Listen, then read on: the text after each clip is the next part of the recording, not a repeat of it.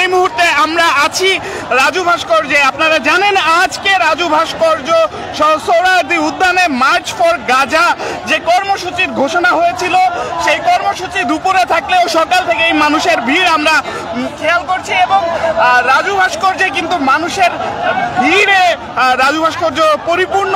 আমরা রাজু ভাস্কর্য এলাকাটি একটু সম্পূর্ণ দেখানোর চেষ্টা করবো। ভাই, রাজু ভাস্কর্য এলাকাটি আপনাদেরকে একটু সম্পূর্ণ ঘুরে দেখানোর চেষ্টা করব।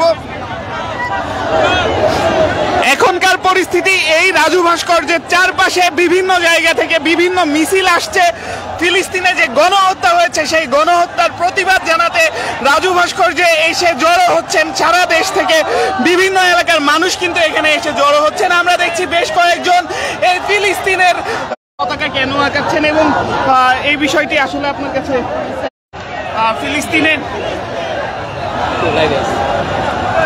প্রিয় দর্শক, আমরা দেখছি একটি বাচ্চা এখানে এসেছে। আমি একটু বাচ্চাটির কাছে প্রশ্ন করব, বাবু, এখানে যে ফিলিস্তিনে যে গণহত্যা হচ্ছে সেই গণহত্যা আসলে তোমার কাছে কেমন লাগছে, বা তোমার বয়সী অনেককে সেখানে মারা হচ্ছে?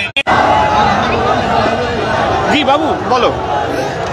আমরা দেখতে পাচ্ছি প্রতিনিয়ত ইসরায়েল বোমা হামলা করেছে ফিলিস্তিনে শিশুদের, ছোট থেকে বড় শিশুদেরকে হত্যা করা হচ্ছে।